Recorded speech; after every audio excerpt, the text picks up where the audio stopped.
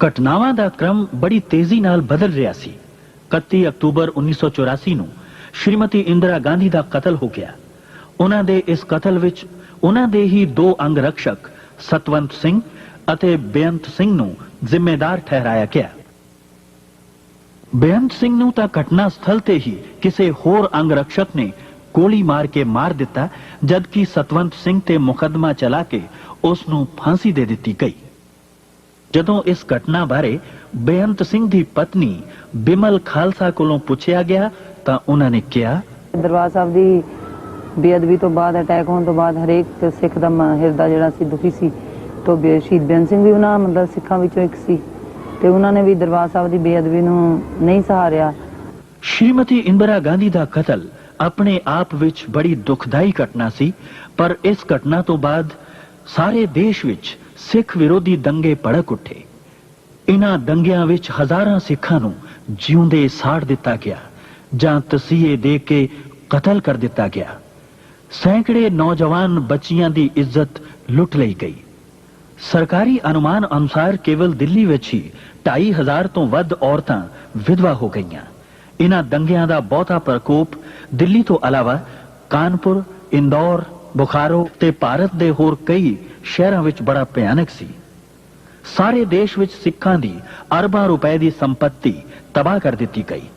ਕੇਵਲ ਦਿੱਲੀ ਵਿੱਚ ਹੀ ਸੈਂਕੜੇ ਗੁਰਦੁਆਰਿਆਂ ਨੂੰ ਅੱਗਾਂ ਲਗਾ ਦਿੱਤੀਆਂ ਗਈਆਂ ਤੇ ਹਜ਼ਾਰਾਂ ਪਾਵਨ ਪਵਿੱਤਰ ਬੀੜਾਂ ਜਲਾ ਕੇ ਰਾਖ ਕਰ ਦਿੱਤੀਆਂ ਗਈਆਂ। ਦੰਗਾ ਕਰਨ ਵਾਲੇ ਇਹ ਭੁੱਲ ਗਏ ਸਨ ਕਿ ਜਿਸ ਗੁਰੂ ਗ੍ਰੰਥ ਸਾਹਿਬ ਨੂੰ ਸਿੱਖਾਂ ਦਾ ਗ੍ਰੰਥ ਸਮਝ ਕੇ ਸਾੜਿਆ ਜਾ ਰਿਹਾ ਹੈ, ਉਸ ਵਿੱਚ ਭਗਤ ਕਬੀਰ, ਭਗਤ ਰਵਿਦਾਸ, ਭਗਤ ਨਾਮਦੇਵ, ਰਾਮਾਨੰਦ ਅਤੇ ਬਾਬਾ ਫਰੀਦ ਦੀ ਵੀ ਬਾਣੀ ਦਰਜ ਹੈ, ਜਿਸ ਨੂੰ ਲੱਖਾਂ ਸਿੱਖ ਹਰ ਰੋਜ਼ ਮੱਥਾ ਟੇਕਦੇ ਤੇ ਸਤਿਕਾਰ ਦਿੰਦੇ ਹਨ। ਗੈਰ ਸਰਕਾਰੀ ਅਨੁਮਾਨ ਅਨੁਸਾਰ ਇਹਨਾਂ ਦੰਗਿਆਂ ਵਿੱਚ 20,000 ਦੇ ਕਰੀਬ ਸਿੱਖ ਮਾਰੇ ਗਏ ਸਨ। ਮੇਰੇ ਪੋਤਰਿਆਂ ਨੂੰ, ਫਿਰ ਵਿਚਾਰਿਆਂ ਨੂੰ ਇਸ ਤਰ੍ਹਾਂ ਸ਼ਹੀਦ ਕੀਤੇ ਗਏ ਕਿ ਅਸੀਂ ਉਹਨਾਂ ਦੀ ਕੋਈ ਗੱਲ ਕਰ ਨਹੀਂ ਸਕਦੇ ਵੀ। ਵਿਚਾਰਿਆਂ ਨੂੰ ਐਸਾ ਉਹਨਾਂ ਨੂੰ ਨਾਲੇ ਦੇ ਵਿੱਚ ਡੋਬ ਕੇ ਸੀਏ ਦੇ ਕੇ ਸਾਡੇ ਬੱਚਿਆਂ ਨੂੰ ਸ਼ਹੀਦ ਕੀਤਾ ਗਿਆ। मेरी कुड़ी का सिर फाड़ देता, फिर लड़की कहने लगी मेरा भाई बचा ले, छोड़ दे, मैनू मार दे, मेरा भाई छड़ दो, मेरी माँ का सहारा बन जाएगा। कोई बंगी थे, मुसलमान थे, इस्लाम था, उद्दल था, गुप्ता था, हाँ सारे थे, सारे इस इलाके के थे। जब भाग गए ना तो डप्पा थे, बल्ले मुझको ऐसे घोप देते थे, तो वो कहते हाय रे मैं मर गया रे, फिर वो हाथ ऊपर करते तो उसको लाठी मार के सिर पे जिंदे को आग लगा गए, मेरे मुंडे को जिन्ने को आग लगाई, जैसे मेरी गोदी में खिंच गए। 3 साल के बच्चे मार दिए, 3 साल के 2 महीने 3 साल के बच्चे वो कैसे बीतेगी उसके दिल पे। शिकल देख कैसी हो रही मेरी मुंडी, ऐसे जला दी, आग में से काट के मार के पहले यहाँ से गर्दन काट के आग में जला दी।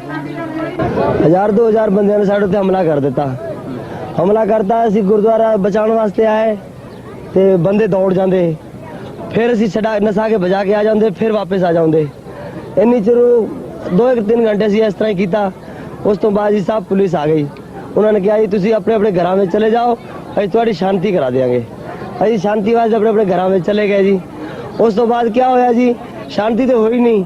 ਬੰਦੇ ਫਿਰ ਆਪਣੇ ਆਪਣੇ ਘਰ ਚਲੇ ਗਏ। ਇੱਕ 2-2 ਬੰਦੇ ਸੀ ਉਦੋਂ, ਫਿਰ ਬੰਦੇ 1-200, 300, ਇੱਕ ਬੰਦੇ ਦੇ ਘਰ ਦੇ ਚੜ ਗਿਆ, ਪੱਥਰਾਂ ਨਾਲ ਮਾਰਿਆ, ਮਿੱਟੀ ਦਾ ਤੇਲ ਸਾੜਿਆ, ਉੱਤੇ ਅੱਗ ਲਾ ਕੇ ਬੰਦੇ ਨੂੰ ਮਾਰ ਕੇ ਸੱਟ ਗਏ। ਅੱਧਾ ਮਰਿਆ, ਅੱਧਾ ਨਹੀਂ ਮਰਿਆ, ਪਿਆ ਰਿਹਾ ਜੀ। ਫਿਰ ਇਹ ਗੁਰਦੁਆਰਾ ਸਾਰਾ ਤੋੜ ਦਿੱਤਾ ਪੂਰਾ। ਬਾਬਾ ਸਾਹਿਬ ਦੀ ਪੂਰੀ ਬੇਟ ਦੀ ਬੇਇੱਜ਼ਤੀ ਕੀਤੀ। ਸਾਰੀ ਕਲੋਨੀ ਦੇ ਬੰਦੇ ਘੱਟੋ ਨਾ 200-300 ਬੰਦਾ ਸਾਡਾ ਇੱਧਰ ਦਾ ਮਰਿਆ। ਤੁਹਾਡੀ ਲਾਸ਼ਾਂ ਦਾ ਕੀ ਹੋਇਆ? ਲਾਸ਼ਾਂ ਦਾ ਜੀ ਪੁਲਿਸ ਲੈ ਗਈ, ਪਤਾ ਨਹੀਂ ਕਿੱਥੇ ਸਿੱਟੀਆਂ, ਕੋਈ ਪਤਾ ਨਹੀਂ। ਜਿਹੜੇ ਇੱਥੇ ਸੀ 50-100 ਬੰਦੇ ਦੇ ਇੱਥੇ ਸੜ ਗਏ, ਇੱਥੇ ਹੀ ਮਰ ਗਏ, ਇੱਥੇ ਹੀ ਪੈ ਰਹੇ। ਉਹਨਾਂ ਨੂੰ ਕੁੱਤੇ ਬਿੱਲੇ ਖਾ ਗਏ ਵਿਚਾਰਿਆਂ ਨੂੰ, ਕੋਈ ਪਤਾ ਨਹੀਂ। ਦੇਸ਼ ਵਿੱਚ ਸਿੱਖ ਭਾਈਚਾਰੇ ਉੱਪਰ ਇੰਨਾ ਵੱਡਾ ਕਹਿਰ ਟੁੱਟਿਆ, ਪਰ ਦੇਸ਼ ਦਾ ਹੁਕਮਰਾਨ ਇਹ ਕਹਿ ਕੇ ਸਪਸ਼ਟੀਕਰਨ ਦੇ ਰਿਹਾ ਸੀ ਕਿ ਜਦੋਂ ਵੱਡਾ ਦਰਖਤ ਗਿਰਦਾ ਹੈ ਤਾਂ ਧਰਤੀ ਹਿਲਦੀ ਹੀ ਹੈ। ਦੇਸ਼ ਦਾ ਆਮ ਸਿੱਖ ਇਹ ਸੋਚ ਰਿਹਾ ਸੀ ਕਿ ਕੀ ਇਹ ਧਰਤੀ ਸਿਰਫ ਸਿੱਖਾਂ ਵਾਸਤੇ ਹੀ ਹਿਲਣੀ ਸੀ। ये तो हम तो खुलेआम कहते हैं कि जिस देश का प्रधानमंत्री इतने लोगों की हत्या हो और उसके बाद कहे कि साहब बड़ा कोई पेड़ गिरता है तो पत्ता झड़ता ही है, तो ये कोई मतलब है कि कोई सद्भावना के दृष्टिकोण से अच्छा नहीं है। It was very sad that Indira Gandhi was assassinated. Very sad. But what followed later was sadder still. Much more sadder than. And explanations like a huge tree falling and hence there would be a small shudder around, I think they don't serve much purpose. They do not.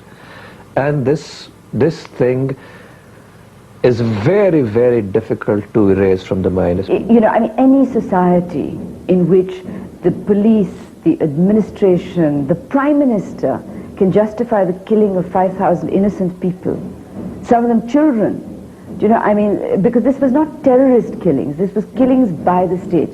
It was pogroms. And you know, I mean, that's what we're paying for now, because you've totally alienated an entire community. ਇਨ੍ਹਾਂ ਸਿੱਖ ਵਿਰੋਧੀ ਦੰਗਿਆਂ ਵਿੱਚ ਬਹੁਤ ਸਾਰੇ ਹਿੰਦੂ ਪਰਿਵਾਰਾਂ ਨੇ ਆਪਣੇ ਆਪ ਨੂੰ ਖਤਰੇ ਵਿੱਚ ਪਾ ਕੇ ਅਨੇਕ ਸਿੱਖ ਪਰਿਵਾਰਾਂ ਦੀ ਜਾਨ ਬਚਾਈ ਹੈ। मेरे पड़ोस में जो हैं बहुत अच्छे लोग हैं, इसकी वजह से मैं आज जिंदा हूँ। मेरा माल भी सुरक्षित है, मेरे मकान भी सुरक्षित हैं। ये मेरे पड़ोसी हैं बच्चे, इन्होंने मेरी बहुत रक्षा की है। मुझे बिल्कुल कोई तंगी नहीं हुई, ना यहाँ ना वहाँ। ਜਿੱਥੇ ਸਿੱਖ ਵਿਰੋਧੀ ਦੰਗਿਆਂ ਨੇ ਦੇਸ਼ ਵਿੱਚ ਆਤੰਕਵਾਦੀ ਸਮੱਸਿਆਵਾਂ ਨੂੰ ਹੋਰ ਗੰਭੀਰ ਬਣਾ ਦਿੱਤਾ, ਉੱਥੇ ਵਿਦੇਸ਼ਾਂ ਵਿੱਚ ਵਸਦੇ ਸਿੱਖਾਂ ਨੇ ਖੁੱਲਮ ਖੁੱਲਾ ਖਾਲਿਸਤਾਨ ਦੀ ਗੱਲ ਕਰਨੀ ਸ਼ੁਰੂ ਕਰ ਦਿੱਤੀ। ਔਰ ਜਿੰਨਾ ਚਿਰ ਤਾਈਂ ਅਸੀਂ ਇਹ ਸਾਰੇ ਹਿੰਦੁਸਤਾਨ ਦੇ ਵਿੱਚੋਂ ਇਹ ਜਿਹੜਾ ਜੇ ਅਸੀਂ ਸਿੱਖ ਕਲਚਰ ਨੂੰ ਬਚਾਉਣਾ, ਸਿੱਖ ਨੇਸ਼ਨ ਨੂੰ ਬਚਾਉਣਾ, ਅਸੀਂ ਨੇਸ਼ਨਹੁੱਡ ਦੀ ਵੱਡੀ ਗੱਲ ਆ, ਉਹ ਤਾਂ ਹੀ ਸੁਰੱਖਿਅਤ ਹੋ ਸਕਦੀ ਆ। ਉਹ ਕੌਮਾਂ ਜਾਣੀਆਂ ਜਾਂਦੀਆਂ ਨੇ ਜਿਨ੍ਹਾਂ ਕੌਮਾਂ ਦੇ ਆਪਣੇ ਮੁਲਕ ਹੁੰਦੇ ਨੇ। ਉਹ ਪੁਰਾਣਾ ਇੱਕ ਅੰਗਰੇਜ਼ੀ ਦਾ ਮੁਹਾਵਰਾ, only those nations are known which have the status or which create the status. ਇਹਨਾਂ ਹਾਲਾਤ ਦੇ ਵਿੱਚ ਖਾਲਿਸਤਾਨ ਦਾ ਜਿਹੜਾ ਬਣਨਾ ਉਹ ਇੱਕ ਖਾਲਸਾ ਨੇਸ਼ਨਹੁੱਡ ਨੂੰ ਕਾਇਮ ਰੱਖਣ ਵਾਸਤੇ ਬਹੁਤ ਜ਼ਰੂਰੀ ਸੀ। ਇਹੀ ਆਵਾਜ਼ ਦੇਸ਼ ਦੇ ਕਈ ਨੌਜਵਾਨ ਵੀ ਉਠਾਉਣ ਲੱਗ ਪਏ। ਰਾਜ ਜਿਹੜੀ ਸ਼ਕਤੀ ਆ, ਉਹ ਤੋਂ ਬਗੈਰ ਕੋਈ ਕੌਮ ਦੀ, ਕਿਸੇ ਕੌਮ ਦੀ ਹੋਂਦ ਸੁਰੱਖਿਅਤ ਰਹਿ ਨਹੀਂ ਸਕਦੀ। ਹਿੰਦੁਸਤਾਨ ਦੇ ਬਣਨ ਤੇ ਕਿਸੇ ਨੂੰ ਇਤਰਾਜ਼ ਨਹੀਂ, ਪਾਕਿਸਤਾਨ ਦੇ ਕਿਸੇ ਬਣਨ ਤੇ ਕਿਸੇ ਨੂੰ ਇਤਰਾਜ਼ ਨਹੀਂ। ਜੇ ਖਾਲਿਸਤਾਨ ਹੋਂਦ ਜਾਏਗਾ ਤੇ ਇਤਰਾਜ਼ ਵਾਲੀ ਕਿਹੜੀ ਗੱਲ ਆ? ਬਾਕੀ ਕੌਮਾਂ ਦੇ ਰਾਜ ਨੇ। I think it's an exaggeration to say that one group demands Khalistan. I would go far and say practically no Sikh demands Khalistan. This is a very small lunatic fringe which demands Khalistan. यानी हुन in nutshell जे मैं argument करा ते मैं ये चाहना कि खालिस्तान दी movement गलत है। खालिस्तान दी मूवमेंट लोगों वास्ते भले वास्ते नहीं है, पर उन्होंने तुसी इंज नहीं दबा सकते। इंज दबाओगे तो कोई ना कोई गलत नतीजे निकलेंगे। 1986 ਵਿੱਚ ਰਾਜੀਵ ਲੌਂਗੋਵਾਲ ਸਮਝੌਤਾ ਹੋਇਆ। ਹਰ ਪਾਸੇ ਆਸ਼ਾ ਦੀ ਕਿਰਨ ਦਿਖਾਈ ਦਿੱਤੀ ਕਿ ਹੁਣ ਪੰਜਾਬ ਵਿੱਚ ਉਹ ਅਮਨ ਪਰਤ ਆਏਗਾ ਜਿਸ ਦੀ ਉਹਨਾਂ ਨੂੰ ਤਲਾਸ਼ ਹੈ। ਇਸ ਤੋਂ ਪਹਿਲਾਂ ਕਿ ਪੰਜਾਬ ਵਿੱਚ ਫੇਰ ਅਮਨ ਕਾਇਮ ਹੁੰਦਾ, ਕਿਸੇ ਨੇ ਇਸ ਅਮਨ ਦੇ ਚਿਹਰੇ ਤੇ ਵੀ ਕਾਲਖ ਪੋਚ ਦਿੱਤੀ ਸੀ। ਸੰਤ ਲੌਂਗੋਵਾਲ ਨੂੰ ਕਿਸੇ ਨੇ ਗੋਲੀ ਮਾਰ ਕੇ ਸ਼ਹੀਦ ਕਰ ਦਿੱਤਾ ਸੀ।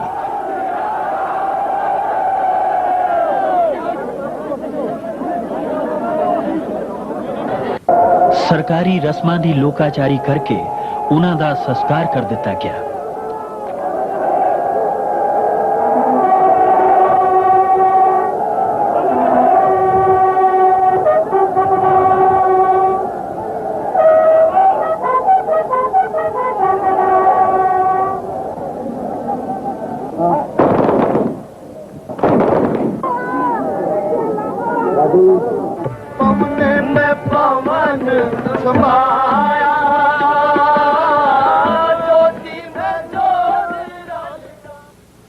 ਸੰਤ ਲੌਂਗੋਵਾਲ ਦੇ ਸ਼ਹੀਦ ਹੋ ਜਾਣ ਮਗਰੋਂ ਪੰਜਾਬ ਵਿੱਚ ਵਿਧਾਨ ਸਭਾ ਚੋਣਾਂ ਹੋਈਆਂ।